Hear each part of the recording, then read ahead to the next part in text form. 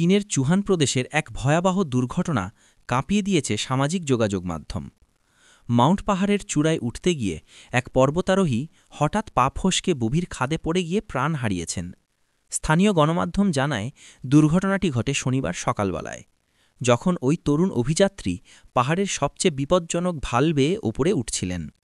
প্রত্যক্ষদর্শীরা জানিয়েছেন, তিনি তখন নিজের মোবাইলে দৃশ্য ধারণ করছিলেন। ঠিক সেই সময় ভারসাম্য হারিয়ে নিচে পড়ে যান কয়েকশো ফুট গভীর খাদে।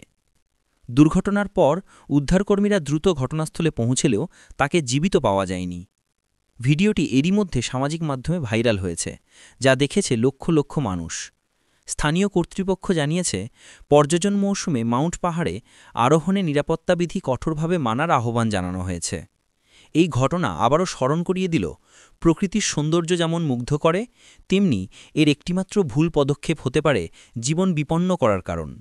এই ঘটনা আমাদের যে কোনো সময় যে কোনো বিষয়ে সতর্ক ও সতর্কতা অবলম্বনের শিক্ষা দেয়।